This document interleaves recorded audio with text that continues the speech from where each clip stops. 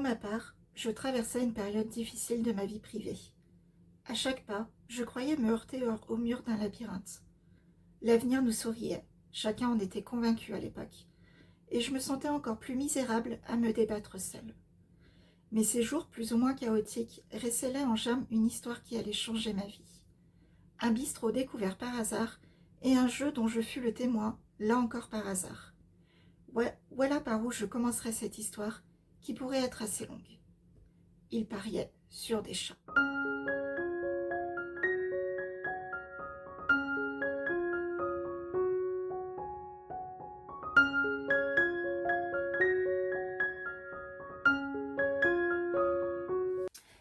Bonjour et bienvenue à vous sur la chaîne Mahoudochou. Je m'appelle Karen, j'ai 43 ans et je suis passionnée par l'Asie et la littérature asiatique. Mahoudochou, le chat qui lit en chinois, c'est une chaîne donc consacrée à la littérature asiatique. Nous allons donc explorer les différentes œuvres littéraires d'auteurs asiatiques, qu'ils soient chinois, japonais, indiens ou coréens.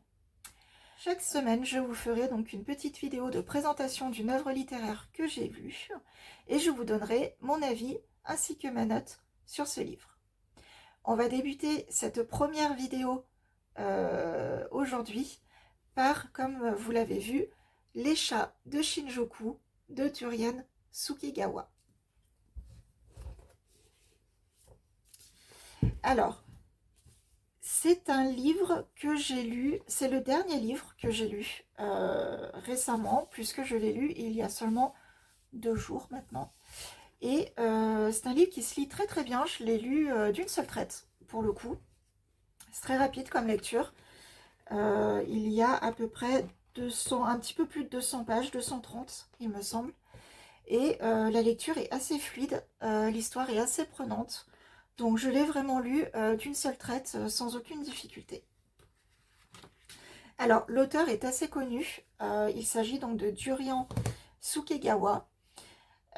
C'est également lui qui a écrit donc les fameux Les Délices de Tokyo. Donc Les Délices de Tokyo, ce livre-là. C'est un livre qui a été primé et qui a été adapté au cinéma, d'où le fait qu'il soit si connu. Il a eu un très très gros succès. Les Délices de Tokyo, c'est le premier roman de Sukegawa. Les chats de Shinjuku, c'est son 4e. Alors, Les chats de Shinjuku, c'est un roman qui a été publié en France en 2024 par les éditions Albin Michel, mais il a été écrit en 2019 par Sukegawa.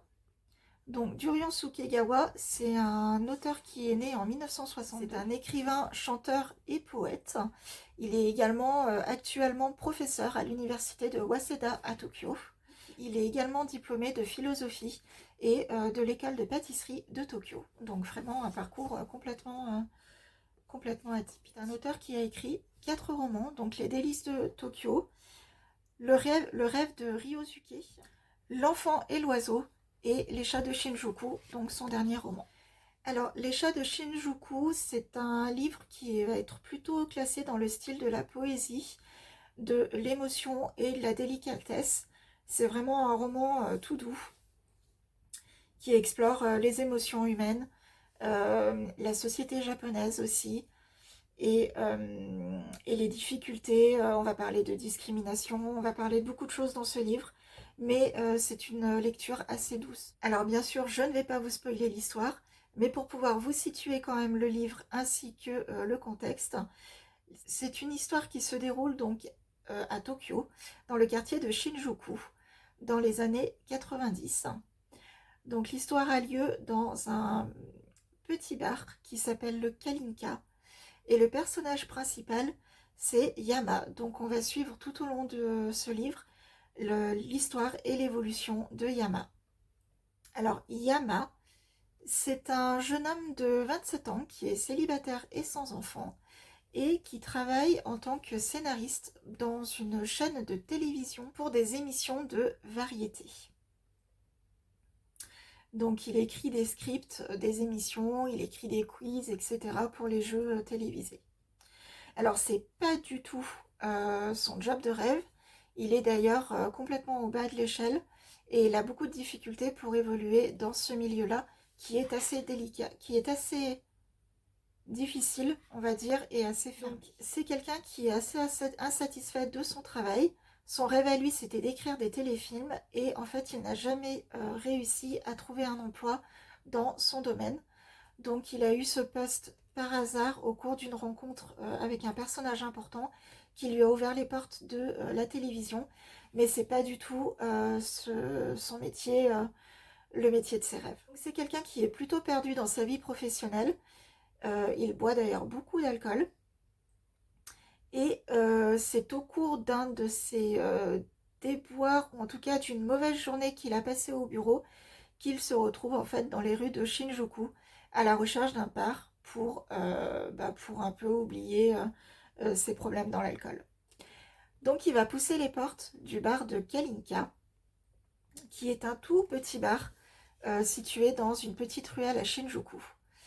Dans ce bar, il va faire la rencontre de clients qui sont assez excentriques et assez atypiques, ainsi que de la serveuse Yume, qui est un personnage assez important. Au Kalinka, les clients ont un jeu assez particulier, puisque dans ce petit restaurant, il y a donc une petite lucarne, une toute petite fenêtre, qui est la seule ouverture vers l'extérieur. Et pour passer le temps et s'amuser, les clients du bar ont tendance à parier sur les chats qui se présentent à la lucarne. Tout au long du roman, on va se voir nouer la relation entre Yama et Yume, la serveuse du bar, qui est également un personnage assez atypique, elle aussi, qui est assez réservée et, euh, et qui a un lien très particulier avec les chats. Yama va donc se rendre plusieurs fois dans ce bar, nouer des liens avec les personnages et les clients du bar et la serveuse. Il va avoir au fil du temps l'idée d'écrire un scénario de téléfilm sur le jeu de pariage sur les chats. Et c'est dans ce cadre-là et dans ce contexte-là, et pour en savoir plus, qu'il va donc commencer à entretenir une relation avec Yume pour avoir des renseignements sur les chats et sur le lien précis qu'elle entretient avec eux et qu'elle ne souhaite pas vraiment dévoiler. Alors, au-delà de la romance entre Yama et Yume, le livre est surtout une brève description de la société du monde du travail dans le Japon. L'auteur nous parle notamment de la difficulté et de la rigidité du système japonais dans l'univers du travail, de la violence qui est parfois verbale, voire physique, que la hiérarchie peut exercer sur les salariés. Alors pour ceux qui connaissent un petit peu le Japon et la société japonaise, vous savez que les salariés japonais, le monde du travail japonais est très difficile euh, et surtout qu'il est très codé. Donc là, l'auteur en fait, alors c'est une brève description, évidemment c'est romanesque à travers le roman, mais c'est quand même une petite... euh, oui, je trouve que c'est quand même une petite description de ce monde-là et de la difficulté qu'ont les gens à travailler dans les entreprises japonaises. Surtout quand on est au bas de l'échelle, puisqu'il parle évidemment de la soumission et des violences que subit Yama au sein de sa société par son supérieur hiérarchique. Bien évidemment, le livre parle également de discrimination, puisque comme je vous ai dit, le personnage principal n'exerce pas du tout le métier de ses rêves, il exerce un métier par défaut, puisque le métier de ses rêves était donc d'être scénariste pour film ou téléfilm, et en fait il explique qu'il n'a pas pu trouver d'offre d'emploi, puisqu'il est daltonien, et que tous les offres d'emploi pour les chaînes de télévision euh, était précisé qu'il n'employait pas de personnes daltoniennes. Donc le livre nous parle aussi beaucoup de discrimination, aussi bien pour le personnage de Yama que le personnage de Yume, qui a également son passé, ses difficultés et ses problèmes de santé physique qui lui ont fermé beaucoup de portes dans la société. Alors vous allez me dire, le livre parle des chats de Shinjuku, mais depuis tout à l'heure, je ne vous parle pas des chats. Effectivement, C'est une petite surprise pour moi d'ailleurs. Les chats sont bien présents dans le livre, mais ont une place plutôt secondaire, puisqu'ils sont là juste uniquement en tant que symbole. C'est un lien en fait entre Yama et Yume dans la création de leur relation. Donc l'histoire n'est pas du tout centrée sur les chats, mais elle est centrée sur les personnages et leur histoire personnelle. Donc ce qui unit Yama et Yume, évidemment ça va être donc l'histoire de Yume et la relation particulière qu'elle entretient avec les chats du quartier.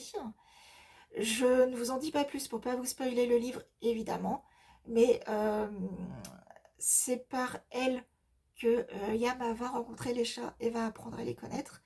Et puis ce qui unit également les deux personnages, c'est la poésie, puisque le livre est très poétique, hein, et que les personnages sont passionnés tous les deux de poésie et qu'ils vont finir par se rencontrer, surtout sur ce point commun qu'ils ont tous les deux.